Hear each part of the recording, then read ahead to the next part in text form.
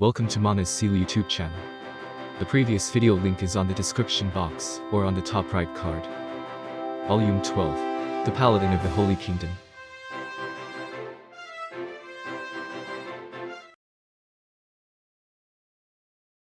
The people here possess the iron will to defend the Holy Kingdom, and even if it had rusted a little in the past few years, they were still fiercely devoted to their home nation. Do you think we'd let you do something like that? Listen now, Jaldabaoth the fool. The general barked. Indeed, he was barking. This is the first line of the Holy Kingdom's defense. It is also the last line of its defense. Beyond us lies the peace of the Holy Kingdom's people. Did you think we would let you trample it as you wish? The nearby soldiers shouted, "Boo!" in response to the general's bellowing. In that moment, their fighting spirit flared up. Pavel would have cried out as well if he were not hiding himself, and perhaps his subordinates, whose bodies trembled faintly, felt the same way. However, a round of out-of-place applause threw a damper on that. After clapping for a while, the demon spoke up. "Watchdogs which guard the cradle, I cannot say I disapprove. It is very important to protect things. Yes, I approve very much. That being the case, I shall give the people I capture here the finest possible reception." The way he laughed as he spoke made him sound like he was enjoying himself. Jaldabaoth did not speak particularly loudly. Therefore, it would have been understandable if his voice did not carry over to where Pavel was. Even so, the words reached him with a mysterious clarity, as though they were coming from behind himself. "Don't worry about it, that might be the work of magic." Spells and magic items which amplified sound existed, and it was very likely that Jaldabaoth was using those. However, he could not escape the unpleasant feeling which seemed to adhere to his back. "I will not accept surrender or anything of the sort. Entertain me to the best of your ability. Now then, let us begin." Pavel gave his subordinates the order to shoot. There was no need to wait for the general's commands. They were permitted a degree of independence, because opportunities to snipe the enemy commander were not readily available. Waiting for approval from their superior might result in them missing their chance. Pavel stood up. The men around him followed suit. It took only a moment to lock onto his target. A distance of 50 meters was essentially point-blank range to Pavel. He drew his bow, filled with the intent to kill, and Pavel felt Jaldabaoth's eyes meet his through the mask. "We won't give you the time to flee or defend yourself. If you want to blame anything, blame your own arrogance for coming out onto the front lines alone." Loose. 51 arrows flew out in time with Pavel's voice. Their enchanted bows discharged magical arrows. The flaming arrows left red lines hanging in the air. Blue trails lingered behind the ice arrows. The lightning arrow's path was marked in yellow. Green streaks followed in the wake of the acid arrows, and Pavel's own holy arrow traced a white trajectory as they all soared through the void. The arrows loose from the fully drawn bows traveled flat paths as they streaked through the air, each one striking Jaldabaoth's body without deviating in the slightest. Pavel's shots were exceptionally potent, and after being enhanced with his martial arts and his skills, each of them possessed power comparable to a mighty downward slash from a heavy trooper. If he were hit by this, even a man in full plate would be knocked back and sent rolling over the ground. However, Jaldabaoth did not move in the slightest even after taking 51 arrows. And then, something happened which made him doubt his eyes. The arrows which should have punched through his body fell to the ground. What? Is he defended against projectiles? Pavel quickly knocked his second arrow, as he thought about how Jaldabaoth had defended against those arrow shots. Some monsters were able to nullify attacks through their special qualities. For instance, lycanthropes and the like were nigh invulnerable if one did not use silver weapons against them. He considered that Jaldabaoth might have a similar ability. In that case, what sort of attack could breach Jaldabaoth's defenses? The arrow he had launched just now was made of steel, and it was enchanted with holy power that was especially effective against those of evil alignment. While it was said the demons could not defend against it, there was no denying that Jaldabaoth had proven immune to it. In that case, it would be best to use other arrows to learn more about the opposition, tearing down his veil of mystery to chart a course for victory.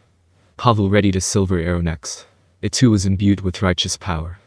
"Now then, do permit me to make a move of my own. It is a trifling present, but I would be delighted if you would accept it. This is a 10th tier spell. Meteorfall." Pavel sensed something from above him, approaching with unavoidable speed. Looking up, he saw a mass of light. It was a gigantic heated rock. No, it was something bigger than that. Light gradually filled his vision, and for a moment he glimpsed the forms of his wife and daughter amidst the light. He knew it was an illusion. His daughter was old enough that she could choose her own path in life. Even so, the daughter he saw was still young, and his wife who held her still looked very young. "No, if I don't say she's still young now, she'll probably kill me." The falling meteor slashed through the sky and hit the wall, where it burst into an explosion. A thunderous roar echoed all around. The massive shockwave flattened everything it touched and shattered the wall. As the sand and dirt thrown up by the shockwave of the explosion began falling back to earth, the dust slowly began to settle. What it revealed was the remains of the broken wall, blasted to smithereens, and drifting smoke. After looking at the devastated fortifications, there was no need to think about what had happened to the soldiers stationed there. Humans could not possibly survive such conditions. Of course, Demiurge knew that some humans could endure such things. For instance, there were the fools, who had stepped into the great underground tomb of Nazareth, the holy land created by the supreme beings. However, he had done thorough research beforehand, and he had verified that no such humans existed here.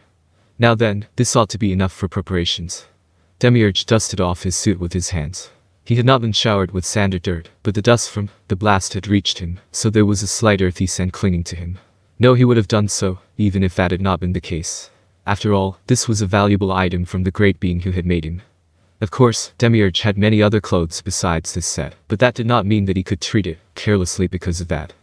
As he thought of his mighty creator, he smiled behind his mask, and then looked out at the pitiful humans. If he followed up with an attack, the enemy's confusion would become that much more apparent, and at that point, the demihuman assault would cause a complete rout. However, he had not used that spell just now for that purpose. Demiurge could only cast a very small number of spells. There was only one other 10th tier spell available to him. His true power lay in his skills, and while he had used that spell just now to conserve his strength, the scene before his eyes was sufficiently tragic as it was. There was no sign of a counterattack. It would seem they were desperately trying to collect information and regroup. Their commander is not dead, and their confusion doesn't seem because they're suspicious of us. Are they really all right? Demiurge turned his back to the humans, walking back to the formation of his slaves. He was not even on guard against the possibility of being attacked from behind. He could afford to be this lax because of all the information he had gathered. Demiurge was very strong. Indeed, he might be ranked lowly among the floor guardians, but he was confident of victory in battle. That was because he knew that battles were fought because one was confident of winning them. That was to say, one should not choose to fight if one was unable to win, unless otherwise ordered. There was only one person that Demiurge could not defeat. In other words, there was only one opponent, against whom Demiurge could not prepare enough to assure his own victory. That person possessed intellect which surpassed his, schemes which beggared the imagination, a view of the world which seemed to extend out unto eternity, the ultimate pinnacle who held everything in the palm of his hand. He was the supreme ruler of the great underground tomb of Nazareth, Ainzulgaun. That supreme being was the one to whom Demiurge owed his loyalty. Producing a great deal of undead was part of his plan. Once that scheme takes effect, nobody will be able to harm Ainzulgaun. How fearsome he is. It seems the others do not yet realize how joyful it is to be ruled by such a supreme being. There was a thud. This was the first time something had happened which Demiurge had not expected. He turned to look at the source of the sound. It would seem someone had jumped down from the wall. The man in question slowly rose to his feet. The boss is dead. He was the man I wanted to defeat. The man drew his swords with both hands as he said so. Demiurge evaluated the man from his appearance. He reached an answer immediately. Threat level E, worm. Error probability B, none at all. Importance B, guinea pig. In other words, he was nothing but trash. Still, he was one of the 9 colors. While not all of them were impressive, he thought that it would be good to capture him and run all sorts of experiments on him. Ooh. The screaming man ran over to him. Slow. So slow. If this is the extent of his speed, should he not have used his brain more? For instance, using silence to approach quietly and close the gap between us. This was a distance his comrades would have been able to close in an instant. The man, slowly, ran over to him. According to the information Demiurge had collected, this man of inferior ability could apparently use a special attack that was several times more powerful than normal, in exchange for breaking his weapons. Therefore, he had a sword in each hand, and several more swords like it at his waist. How should I kill him? If I finish him off as cleanly as possible, then when I take him back I can. He's finally arrived. After ensuring that he would not be splashed by the man spraying blood, Demiurge gave an order. Stab yourself in the throat with your swords. There was a choked gurgle. A look of bafflement appeared in the eyes of the man who had just pierced his own throat with the blades he held. His eyes clouded over like marbles as he collapsed to the ground. Pained cries rose from the wall. Demiurge turned, walked over to the man's side, and picked him up by the collar with a single hooked index finger before returning to his formation. After he returned to his lines, the representatives of the various tribes, not their leaders, gathered before him. Demiurge had mentally divided the demihumans into 2 groups. One kind craved fresh blood and viewed humans as food. They would obey the strong, and they gladly obeyed Demiurge's commands. The other kind were those who had been made to kneel before the terror, Demiurge, and they obeyed him due to negative inducements like fear. Demiurge had selected a group of the latter kind. You took your time in assembling. Saying so, he seized the shoulder of a random demihuman he had selected from the group. This species was known as Zerns. After doing so, he ripped the skin from its shoulder. While Demiurge was among the weaker floor guardians, he could still do that much. The demihuman whose skin and some of its flesh had been ripped off collapsed to the ground in intense agony, shrieking wordlessly. Now then, begin the attack. Take care not to sustain too many losses.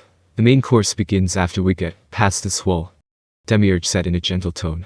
His kindness was genuine when it was directed to his fellow denizens of Nazareth. He was a very gentle person when it came to his friends. However, to everyone else, his kindness was merely the care he gave to his tools. After receiving his orders, the demihumans ran back to their various tribes. The demihuman rolling around on the ground was no exception. The message they bore was that those who obeyed Demiurge's orders and achieved good results would meet a happy fate. Naturally, they also carried the message that achieving the opposite results meant that their future would be anything but happy. Demiurge smiled gently as he watched the receding backs of the beastmen. Then, let us begin the next step of our plan. Demons. Demiurge activated one of his skills and summoned a vast quantity of the demons he intended to use as sacrificial pawns. While these demons were extremely weak compared to Demiurge, summoning stronger demons would mean he could not summon as many. The important thing in this operation was to spread the word that the Holy Kingdom's army had been assaulted by demons, which meant that quantity was the priority here. Listen carefully now. Support the demihumans in their efforts. Also, limit your pursuit of the humans. Do not do something as foolish as not allowing a single one to flee the fortress.